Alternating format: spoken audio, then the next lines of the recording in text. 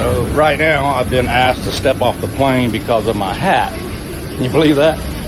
So now I'm waiting for the captain to have a word with me, and I'm flying Delta. I have to comply with the wishes of everybody, okay? Oh, everybody. Everybody. I hope you write this whole thing up, okay? What happened? Because Delta Believe me, I'm videoing it. No, I don't want Oh, no, I can video, but I'm being wet here in front of people, but... Okay. You and I are going to stop this. Is this a Delta going to take me off the plane because of my hat?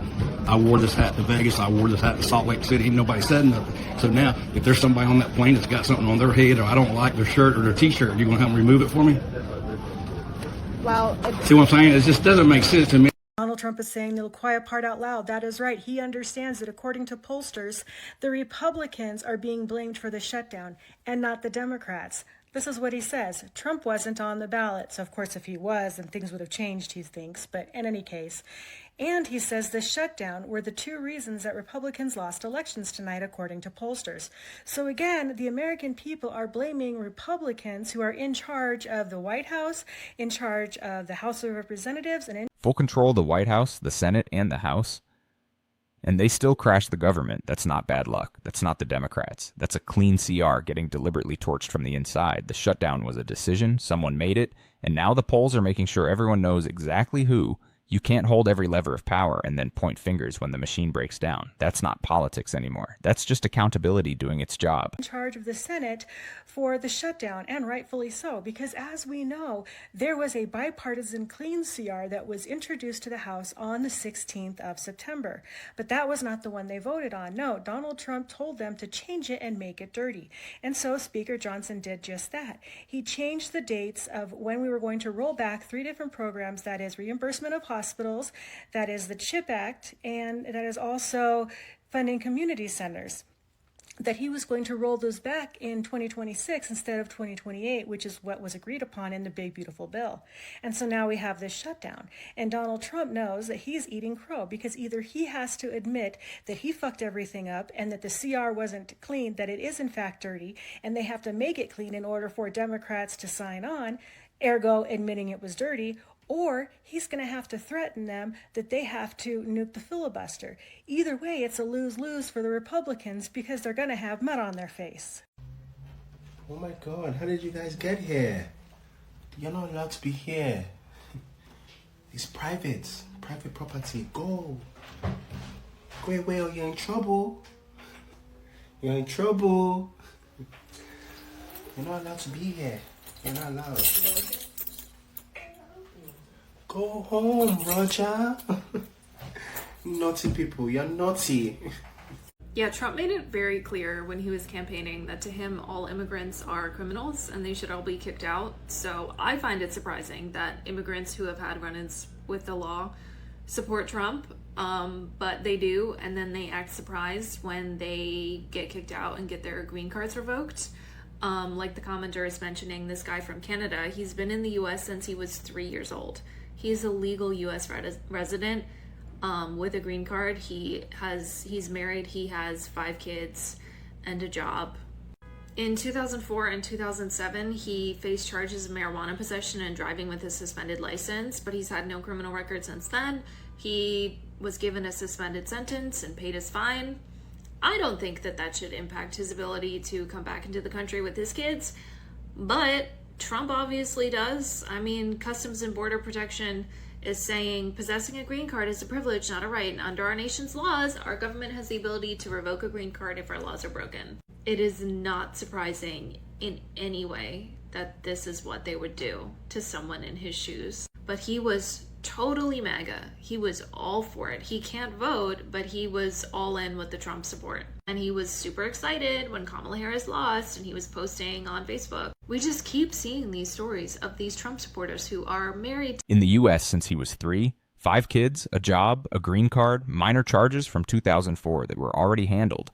And he was out here repping hard on Facebook for a movement that just showed him the door. She nailed it. They just didn't think it would affect them. That one sentence is the entire psychology of this moment right there. The policy sounds great when it's pointed at someone else. It gets real quiet when it knocks on your door, and the Facebook posts are still up while he's being escorted out. Let that sink in. To immigrants or are dating immigrants or whatever, and they're like shocked when it happens to them. He was so clear what he was going to do. They just didn't think it would affect them. We have some news right now. Donald Trump just announced that he will be cutting off all dealings, all trade with Spain, because Spain refused to allow the United States to use its military bases to conduct the war in Iran. Donald Trump said that, quote, Spain has been terrible. In fact, I told Scott, referring to Scott Bessent, to cut off all dealing with Spain. Spain actually said that we can't use their bases. And that's all right. We could use their base if we want. We could just fly in and use it. Nobody's going to tell us not to use it. In addition, Donald Trump confirmed that his worst case scenario in Iran is that he thinks it's possible, at least, that someone worse than the Ayatollah can come in and take over in Iran. Proceeded to claim that he won the tariffs case in front of the United States Supreme Court, even though his administration lost. And through Reza Pahlavi, who is the son of the Shah, the opposition leader, who is not living in Iran right now, threw him under the bus, saying that it doesn't seem appropriate to have someone who is not inside Iran to take over.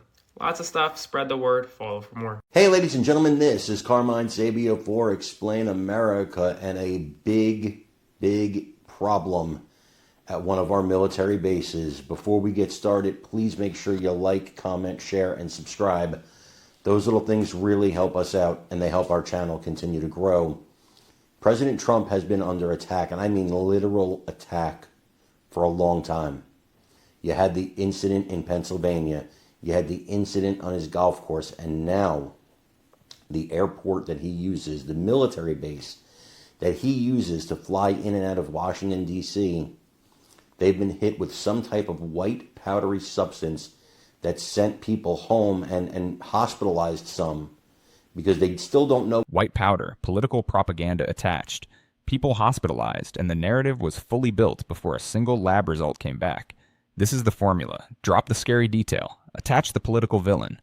Let it marinate overnight. Investigation still pending, and the conclusion was already written.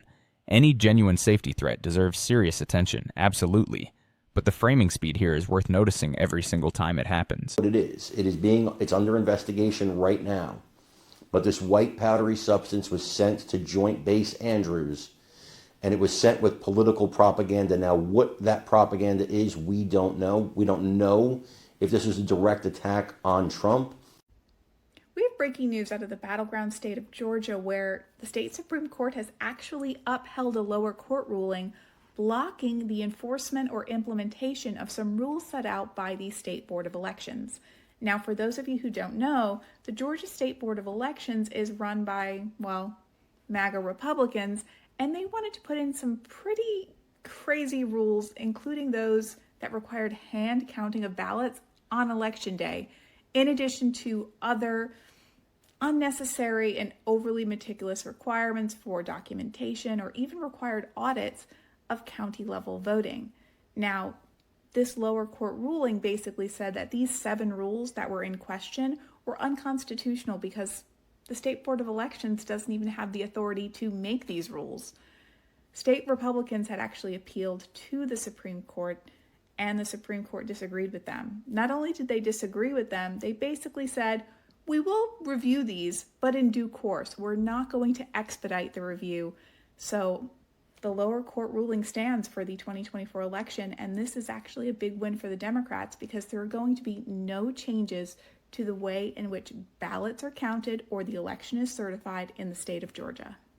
A Canadian couple was denied entry into the U.S. because they said they did not support Trump when asked at the border. A couple denied entry, no crime, no threat, just their honest answer to a political question they should never have been asked. Then they tried to fix their answer at another crossing and got banned for 4 years, punished for honesty at a border checkpoint. She called it authoritarianism, and the word fits perfectly here. When a border agent becomes a loyalty screener, that's not immigration enforcement anymore. That's a vetting process for political allegiance. And that should alarm every single person, regardless of where you stand. The fact this story didn't dominate every front page is the scariest part of all of it. You heard that correctly. They were asked if they supported Trump. They answered honestly, no. So they went to another border crossing. This time, when asked the same question, they said they did support Trump just to get across the border. They told them that they knew they were lying and they were banned for 4 years. No crime, no threat, just an honest answer to a political question they should never have been asked. It's not in the news because what is a Canadian supposed to do? Call the local station yelling code red, warning up ahead, don't try to enter. Yes, that's exactly what needs to happen. There is an increase in travel bans for Canadians entering America. I want you to let this sink in. People being denied entry because they don't support Trump. This is an abuse of power, a silencing of political dissent. This is not democracy. This is control. This is authoritarianism. I am personally welcoming a ban from the U.S. at this point, but others deserve the truth before they book a flight, get in their car, and make travel plans to come to a country that is on the human rights watch list. Share this, protect each other, get the message out to Canadians and to the world. Stop coming to America. It is not a safe place to be right now. The land of the free. My are you coming to a country that is on the human rights watch list? Why? I mean, we're trying to get out, and the irony is not lost on me. Can you name 2 Trump economic policies that you like? No. Is there any policy of Trump's that you like? Let me look for a minute. I like his stuff about America First. When he talks about America First, I think pulling out the money from Ukraine. I wish he would do it for Israel also. That's probably it. And stopping just funding just nonsense for the other countries. How do you feel about him taking over Gaza long term? Taking over what? Taking over Gaza long term and ethnically cleansing the Palestinians with no right to return? I don't agree with that. I definitely don't agree with that. These policies seem America First. He says he might use the military to take Panama and Greenland. He says that he wants to own Gaza in the long run. Doesn't seem very America First to me. I mean, well, if you're saying we want to own it, I mean, you can, I guess, argue in a sense that you're adding more land to America. It's wrong. I'd say it's wrong, but I guess he's kind of he's thinking of the right things for the wrong reason, I say. Trump still speaking? Yeah. You guys leaving early? You guys leaving early? Yeah. Taking off? Hey, you guys leaving early? Yeah. All right. Leaving the rally early? Yeah. Yeah. You guys leaving early? Yeah. You guys leaving early? Yeah. Yeah. You guys taking off a little bit early? Yeah. Yeah. You guys leaving? Yeah. Yeah. Why did you decide to leave early? I've heard it before. Heard it before, it's kind of boring. Yeah. It's his constitutional right. One of the faithful showed up to the rally and still dipped out early saying it was boring. I've heard it before is doing a lot of heavy lifting in that sentence. When even the people who showed up are checking out mid-speech, that's not a movement anymore. That's just a habit, attendance out of identity, not energy, and there's a massive difference between those two things. To challenge the results of an election. Yeah, sure, it's your constitutional right to challenge the results of the election. It's not your constitutional right to say that the vice president should break the Electoral Count Act to declare him the president. Good not. You see, this is where I get Wait, do you acknowledge that John Eastman specifically emailed Greg Jacob to consider a violation of the ECA? There was no violation of the ECA. I'm saying, do you acknowledge that in Eastman's own terms, he emailed Greg Jacob to consider violating the ECA on January 6th? Do you acknowledge that? There's a lot of semantical bullshit that happens, especially around that day. Wait, but do you acknowledge that? You could say a lot of stuff happened on that day. Do you acknowledge that that happened on that day? No. That didn't happen? No, it didn't. Okay. On January 6th, John Eastman emails Vice President Mike Pence counsel advocating that the Vice President violate the law and seek further delay in certification.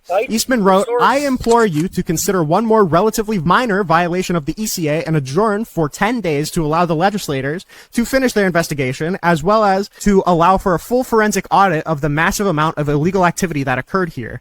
We have the email, we have the subpoenaed email that Eastman sent to Jacob. This isn't deniable. Candace Owens, the far-right pro-Trump influencer, was just banned from entering New Zealand and got her visa denied by immigration officials, who cite that the reason they're banning her is because Australia banned her a few weeks ago for posting anti-Semitic and racist conspiracies online and on her social media accounts. So this is very bad news for Candace Owens because she has several speaking engagements scheduled in both Australia and New Zealand, which she can no longer attend because she can no longer enter those countries. And as a result, she will be losing business, profits, and revenues, which, in my opinion, is the best way to punish these people for their racism and their hitting them in the pocket. And he's right that this lands differently than any platform ban. Get deplatformed and you become a martyr. You fundraise off the outrage, you grow a bigger audience, lose the speaking gigs though, lose the check, and suddenly the whole operation feels different. Australia banned her, New Zealand followed, canceled engagements on 2 continents. That's not just a moral statement from those governments, that's an economic one. And economic consequences have a way of getting through where everything else bounces off. The financial hit is the argument that actually sticks. Anti-Semitism. It is by denying them financial opportunities to profiteer off their racism and anti-Semitism. So good job to New Zealand and a correct decision from their immigration officials. I hope more countries that have Candace Owens scheduled to speak in them follow suit. A fan was kicked out of a Major League Soccer stadium in St. Louis this week for wearing a MAGA hat. And his reason for why he thinks he should be able to is the very reason why he can't. Out of 22,500 fans that decided to come to the soccer game to enjoy the sport and cheer on their favorite team, Michael Wetzel decided he needed to bring politics into the game. As background, Major League Soccer has a league-wide policy that does not allow any political symbols in their stadiums. This includes anything that would represent any political party or campaigning. So when this individual brought a MAGA hat into the stadium, he was asked to remove it. He refused to do so, so he was escorted out based on league-wide policies. And here's the kicker. While being escorted out, he suggested that people with pride flags were allowed in, so he should be. Not that I think MAGA people will ever get this concept, but being LGBTQ+ and simply trying to exist is not political. MAGA has made it political. Naturally, when MAGA doesn't get their way, they claim First Amendment rights violations to cover up their hate. Right-wing extremist influencers have picked up this story, and they're now calling for boycotts of the league and team. A Melbourne pub patron has been left stunned after being asked to remove his Donald Trump Make America Great Again cap or leave the venue. Angelo Notto was celebrating at the Captain Baxter Bar in St Kilda on Australia Day when he was approached by management. Well, I was told it was political incitement, which I think is completely nonsense. It wasn't. I was actually just having a bad hair day and I liked the hat and I wanted to wear it. Mr Donato says that the manager had an American accent and he wonders if the request was politically motivated. Kiss him. Now, Mr. Trump supporter, he runs back to his pickup truck, looks for his dick, can't find it, grabs the next best thing, which based on the speed he could acquire it was rolling around in the backseat of his pickup truck, a fucking long rifle. Mr. Trump supporter runs back into the crowd with a firearm and is subsequently arrested. Now, here's where shit gets fucky. Mr. Trump supporter was subsequently released, citing that he broke no law and was acting in self-defense. Sure, he ran back to it. Walked away from the situation, went to the truck, came back with something, and wants to call it self-defense. Legally, self-defense requires you to not be the one re-entering and escalating you left. You made a choice to go back armed. That's the whole case right there. The pickup truck detail somehow makes this story exactly as predictable as you'd expect. So his pickup truck, where he could have completely ended the altercation, instead. All right, big pearly gates. Open says me. What the fuck? Oh, goodness me! That was so frightening. Now, may I ask why you are trying to break into heaven? Break in? You must be mistaken. I followed all the teachings. Perfect. Then probably an error on our end. Allow me to check. No, sorry. That's actually incorrect. What?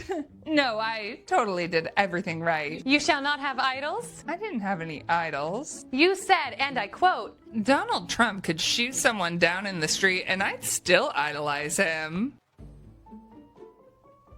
We also have you shall not covet. I didn't covet nothing. I don't even know what that word means. Oh, it means jealousy. And you single-handedly blamed DEI 25 times when you were too inadequate to do a job. And someone who looked different than you got what you wanted. Well, that's because I should have gotten the job, but I didn't. Because I'm white. Right. I'm also seeing that you definitely did wrong to strangers sojourning in your lands. No, I didn't. What do you mean? What strangers? When a stranger sojourns with you in your land, you shall not do him wrong. It's right there in Deuteronomy 10:19. I have no idea what you're talking about. You literally watched thousands of immigrants or strangers get carted off to a death camp under mortal law that your idol approved. So, can I get a redo? Why don't we ask the immigrants who never made it out at the death camps they were falsely imprisoned in? They say no. And have a blessed day. Okay, you guys. So you can see Dancy here. I'm just sitting here contemplating this, so this is why I'm doing a reaction. This platform is trying to block my content on the for your page, and it's because of my content. If I could put on this MAGA hat, I'm gonna put it on over my braids. It's gonna look funny, but I'll do it. I'm MAGA 1000%. I'm this. Make America great again. You see the beach stains and all of this? I wear this every day. I'm totally dedicated. Shout out to all my other conservative friends. I know you guys deal with this. My following, my views are being suppressed right now because I'm speaking the truth. And I thank you to all my followers. Had over the braids, filming, posting, actively reaching an audience, and calling it suppression. Platform suppression is real. It genuinely affects creators across every side of the spectrum. But suppression and low engagement are two very different problems with two very different solutions. The hat became the whole argument here when the argument needed to actually stand on its own legs. Wrapping yourself in a symbol doesn't make the case. The case has to make the case, and no algorithm in the world gets fixed by putting something on your head. That are still rocking with me, please like, share, and subscribe. Well, I'm not subscribing, but like and share my content. Good afternoon, Britain. Some breaking news to bring you on the Conservatives. The Conservative Party has written to the Home Secretary, Shabana Mahmood, raising concerns over this summer's wireless music festival. It follows a growing backlash after Kanye West, now known as Ye, was announced as a headline act, prompting major sponsors to pull out. In a letter, Chris Philps urged the Home Secretary to use powers under the Immigration Act 1971 to block the rapper from entering the UK ahead of the event in London this July. Companies including PepsiCo and Diageo have withdrawn sponsorship following criticism from Sir Keir Starmer and Jewish groups over the artist's past anti-Semitic remarks. Well, MPs are now calling on the Prime Minister to intervene and block the visa before the festival goes ahead. Of course, the Home Secretary has those powers under the 71 Act. Advocating for political violence, glorifying terrorist organizations, and displaying hate symbols that directly target the Jewish community are not protected forms of expression and will not be tolerated by our government. Mainstream media and the left are losing it over the government's decision of banning Irish group Kneecap from entering Canada because of their hate speech. Yet, the same people celebrated when Sean Foyt's permits were pulled for his MAGA views. Not only is this hypocritical, but this is exactly what happens when you let emotions drive government policies. Hate speech is just speech that hurts feelings. And the left is starting to wake up to the reality they created. When you limit free speech based on emotion, everybody's feelings. And this is where it gets genuinely uncomfortable because he's not entirely wrong. When you celebrate the cancellation of voices you hate, you're not winning. You're building the infrastructure. And infrastructure doesn't care about your intentions. It just runs whoever's operating it next. Kimmel, Don Cherry, the Irish group in Canada, the Candace Owens bands, these aren't identical cases, but they're all pointing at the exact same question. Who holds the switch and what happens when they change? The slippery slope isn't a fallacy when you can literally watch it happening in real time. Free speech was never meant to be comfortable.